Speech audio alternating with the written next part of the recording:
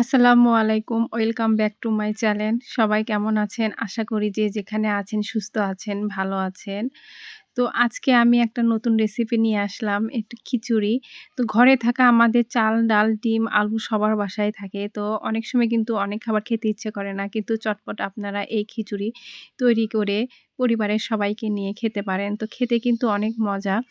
একবার হলেও এই রেসিপিটা একবার ট্রাই করে দেখবেন। আমি খুব সহজভাবে এই রেসিপিটা করেছি আপনাদের জন্য। তো ভালো লাগলে অবশ্যই এটা ট্রাই করবেন। তো এখানে আমি সবকিছু দিয়ে রেডি করেছি। তো দেখতেই পাচ্ছেন, দেখতে কিন্তু অনেক সুন্দর লাগছে। তো চলেন শুরু করা যাক রেসিপি। তো ১ম এ দেখেন আমি এখানে চাল আর ডাল, যে ভাতের যে চালটা আছে ওইটা আমি ধুয়ে এখানে রেখেছি একটু শুকনো করার জন্য। এখানে আলু কেটে নিয়েছি, ২ টা ডিম সিদ্ধ করে নিয়েছি, আর পেঁয়াজ কেটে নিয়েছি। তো ১ম এ কিন্তু আমি বেরেস্তার জন্য যে পেঁয়াজ, এটা আমি ভেজে তুলে রাখবো। তো এই যে বেরেস্তার যে পেঁয়াজটা, এটা আমি উঠায়ে রাখছি। এটা আমি পরে ব্যবহার করব। তো এখানে আমি ওই তেলেই কিন্তু এখানে ডিম আর আলু একটু হলুদ দিয়ে এখানে ভেজে নিচ্ছি। তো এগুলো কিন্তু একটু কড়া করেই ভেজে নেব। তো আলুটা ভেজে দিলে খিচুড়ির মধ্যে টেস্টটা অনেক ভালো আসে। তো এজন্য আমি আর ডিমটা আমি মাঝখানে এভাবে কেটে তারপরে এভাবে ভেজে দিচ্ছি।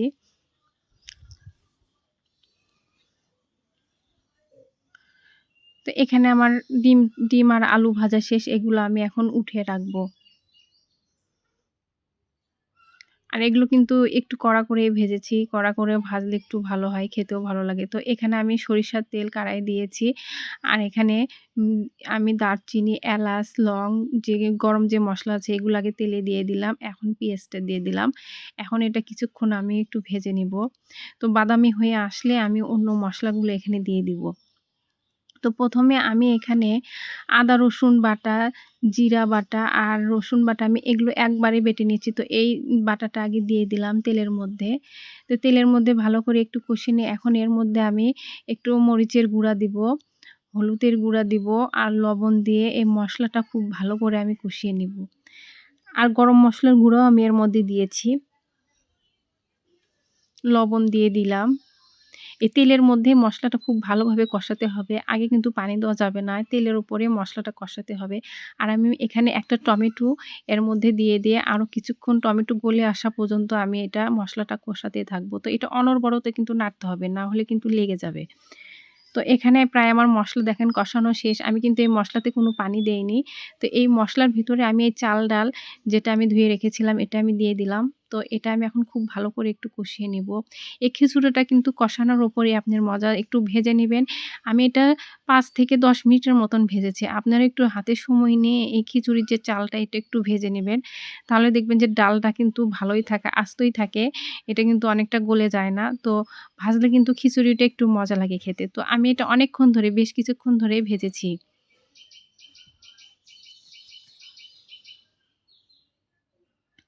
আর এটা দেখেন একদম সব কিন্তু এই খিচুড়ির সাথে সব কিন্তু এই ভাজা চালের সাথে সব মিশে গেছে। তো এখানে আমি একটু পানি দিয়ে দিব। তো আমি এখানে পানি দিয়ে দিলাম।